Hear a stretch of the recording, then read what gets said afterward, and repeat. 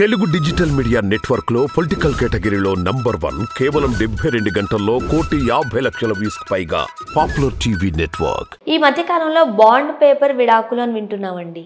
ఏంటవి? ఏమీ లేదు, అసలు బాండ్ పేపర్ విడాకులు అనేది ఏమీ లేదు. కానీ చెప్తాను, ఇవి ఎక్కడంటే మోస్ట్ ఆఫ్ ద ఇష్యూస్ ఇటువంటివన్నీ విలేజెస్లో జరుగుతూ ఉంటాయి.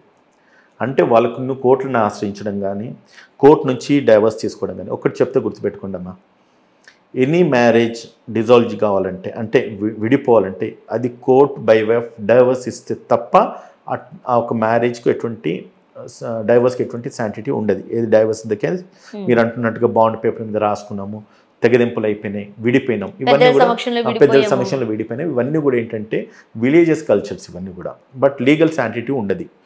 అట్లా విడిపోయినప్పుడు కూడా ఆ విడిపోయినది రాసుకున్న ఒప్పందాలు ఏవైతే ఉన్నాయో వాళ్ళు మళ్ళీ కోర్టును వచ్చి ఆశ్రయించేసి మ్యూచువల్ కన్సర్న్ డైవర్స్ వేసుకోవచ్చు. మేము పలానా 2 years back, 3 years back, 5 years back ఇట్లా రాతపూర్వకంగా మేము విడిపోయినాము, ఈ 5 years నుంచో 2 years నుంచి మేము ఉండట్లేదు కలిసి, సో కాబట్టి మాకు విడాకులు అనుమతించండి అంటే court with in note span of 1 week of టైంలో కూడా వీళ్ళను విడాకులు ఇచ్చే అవకాశాలు ఉంటాయమ్మా. మ్యూచువల్ కన్సర్న్ డైవర్స్ వేసుకున్నా కూడా ఇద్దరు కన్సర్న్ ఉంటే కనుక విత్ ఇన్ ఇదివరకు 6 months టైం ఇచ్చేది, ఇప్పుడు అది అక్కర లేకుండానే 1 weekలో కూడా ఇమీడియట్గా విడాకులు తీసుకొని ఎలా తీసుకోవాలి? ఏదైనా కూడా కోర్టును ఆశ్రయించి తీసుకోవాల్సింది. బట్ దాంట్లో కూడా రైట్ వైఫ్ కి లేకపోతే హస్బెండ్ కి సంబంధించి కొన్ని నియమాలు ఏమైనా ఉంటాయా?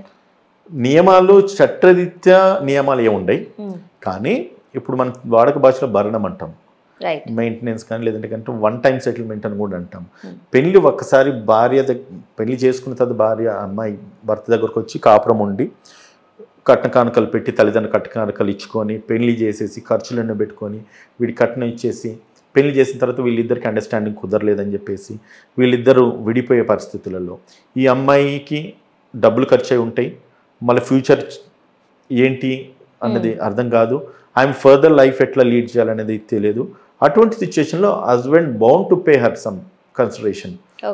సో కాబట్టి అది భరణం కింద ఖచ్చితంగా ఈ యొక్క హస్బెండ్ అమ్మాయికి లీగల్గా ఇవ్వచ్చు, కోర్టు కూడా అవార్డ్ చేస్తుంది some amount of settlement fund, one time settlement. కానీ లేదు అది ఇచ్చుకోలేని పరిస్థితుల్లో ఉన్నా కూడా ఈ అబ్బాయి మెయింటెనెన్స్ కింద కూడా నెలకు 10,000, 20,000, 15,000, 5,000 వాళ్ళ లైఫ్ స్టైల్ని బట్టి తినకొచ్చే జీతాన్ని బట్టి కోర్టు సమ్ అమౌంట్ అవార్డ్ చేస్తే ఆ అమౌంట్ ఖచ్చితంగా భార్యకి ఇవ్వాల్సిందే. కొంతమంది విదేశాలలో ఉంటూ ఇండియాలో డివోర్స్కి అప్లై చేస్తూ ఉంటారు, లైక్ ఎన్ఆర్ఐస్ కావచ్చు, వారి విషయంలో ఎట్లా ఉంటాయి?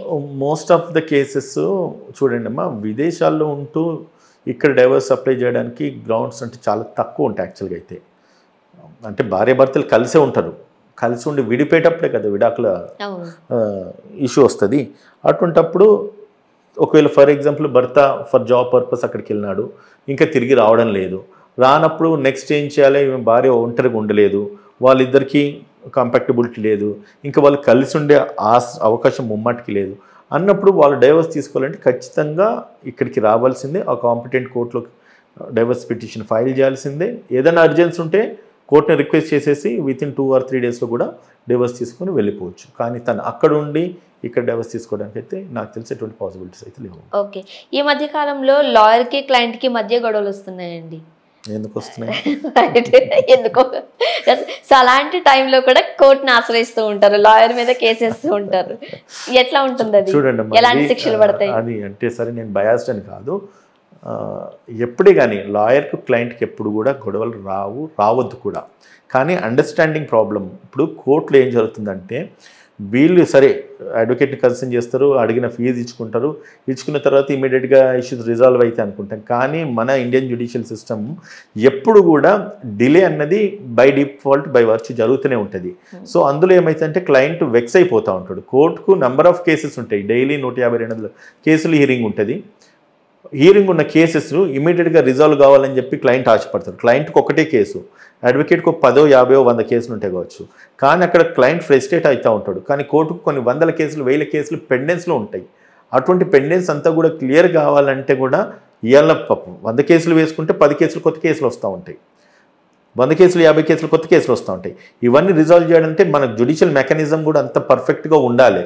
ఉన్నప్పుడే అది పాసిబుల్ అవుతుంది. సో కాస్త పేషెన్స్ ఉండాలి. ఇప్పుడు మనం అంటాం కదా మొత్తం అంతా పోయి కోల్పోయిన తర్వాత కోర్టుకి వెళ్ళిన తర్వాత ఇంకా ఉన్నదంతా కోల్పోతాయని చెప్పి అక్కడ డిలే. అంటే ఒక్కొక్కసారి కోర్టుకి వెళ్ళిన తర్వాత అది సంవత్సరం పడుతుందా 10 ఏళ్ళు పడుతుందా జీవితకాలం పడుతుందా అనేది ఎటువంటి గ్యారెంటీ అయితే లేదు. అటువంటి పరిస్థితులలో అడ్వకేట్ అండ్ క్లయింట్ కొంత అండర్స్టాండింగ్లో డిఫరెన్స్ వచ్చినప్పుడు ఏం చేస్తారంటే ఇంకా నా కేసు ఎట్లా నువ్వు చేస్తలేవు కదా నేను కట్టిన పైసలు నాకు వాపసి లేదంటే కనుక నేను ఇంకో అడ్వకేట్ని పెట్టుకుంటా అన్నది కొంచెం డిస్ప్యూట్ వస్తుంది. అటువంటప్పుడు అడ్వకేట్ అవుట్ రైట్ అతను వకాలత్ ఎన్ఓసి ఇచ్చేసేసి కేసు ఇంకో అడ్వకేట్కి ఇచ్చి ఫైల్ చేసుకోమనొచ్చు. అది వాళ్ళ ఒక లీగల్ రైట్, క్లయింట్ ఒక legal right and advocate bound to do.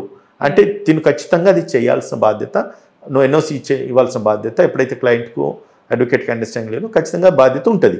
అది కనుక జరగకపోతే బార్ కౌన్సిల్కు మీరు రెఫర్ చేయొచ్చు, కంప్లైంట్ ఇవ్వచ్చు, అడ్వకేట్ మీద మాకు డిలే చేస్తున్నారు ఎన్ఓసి అడిగినా ఇవ్వట్లేదు అంటే అప్పుడు బార్ కౌన్సిల్ ఏదైతే ఉంటుందో స్టేట్కు వాళ్ళు డైరెక్ట్ చేస్తారు, అడ్వకేట్ని పిలిపించేసి ఇప్పించి ఏర్పాటు చేస్తారు. కానీ అడ్వకేట్ మీద కోర్టుల కేసులు వేసిన దాఖలాలు నేనైతే ఇంతవరకు చూడలే, పాసిబుల్ కాదు. చాలా మంది ప్రభుత్వ భూముల్ని కబ్జా చేస్తారు అంటారు, అటువంటి టైంలో ఎటువంటి శిక్షలు పడతాయి? ఏ భూమి అయినా, ప్రభుత్వ భూమి అయినా ఇంకొకటి భూమి అయినా ఎవడి భూమి అయినా ఎవడైతే ఓనరో వాళ్ళకే రైట్ ఉంటుంది, రైట్. అది కాకుండా ఇప్పుడు ప్రభుత్వ భూములకు వెళ్ళినా ప్రైవేట్ భూములకు వెళ్ళినా క్రిమినల్ ట్రెస్పాస్ కేసు బుక్ చేసేసి వాళ్ళని జైలుకి పంపించి వాళ్ళ మీద క్రిమినల్ కేసు పెట్టచ్చు. మనం చాలా చోట్లలో చూస్తూ ఉంటాం, భూమి మనదై ఉంటుంది, మనము ఒక 6 నెలలు సంవత్సరమో బయట దేశాలకు వెళ్ళడమో ఊరు వదిలేసి సిటీకి వచ్చి బ్రతకడము, అక్కడ మా భూమి ఉంది కదనే బాగానే ఉందనేసి అనుకుంటాం. అటువంటి సిచ్యువేషన్లో ఏమవుతుంది, మనం పోయేసరికి ఇంకెవరో వచ్చేసి దాంట్లో ఇల్లు కట్టుకుని ఉండడమో లేకపోతే కాస్ట్ చేసుకుంటుండో ఇవన్నీ జరుగుతూ ఉంటాయి. ఇటువంటి పరిస్థితుల్లో క్రిమినల్ ట్రెస్పాస్ కేసు బుక్ చేయొచ్చు ఆయన్ను, లేదంటే కనుక కోర్టుకు వెళ్ళి ఎవిక్షన్ సూట్ ఫైల్ చేసుకోవచ్చు. ఎవిక్షన్ సూట్ ఆర్డర్ అయిన తర్వాత పోలీస్ ప్రొటెక్షన్ తీసుకొని వాళ్ళని ఖాళీ చేయించవచ్చు. ఇవన్నీ లీగల్ ఆస్పెక్ట్స్. అది ప్రభుత్వ భూమి కావచ్చు, ప్రైవేట్ భూమి. ప్రభుత్వ భూమి మ్యాక్సిమం ప్రభుత్వం అంటే కన్సర్న్ ఎంఆర్ఓస్ కానీ village VROs village revenue officers ఎవరైతే ఉన్నారో వాళ్ళు ప్రొటెక్ట్ చేస్తారు. కానీ ఒకవేళ దాంట్లో కనుక ఒకవేళ ఎవరైనా కబ్జా చేస్తే ఇమీడియట్గా వాళ్ళే వచ్చి ఖాళీ చేయించుతారు. వాళ్ళు ఆ లీగల్ రైట్ కూడా పోలీస్ ప్రొటెక్షన్ చేసుకోవచ్చు.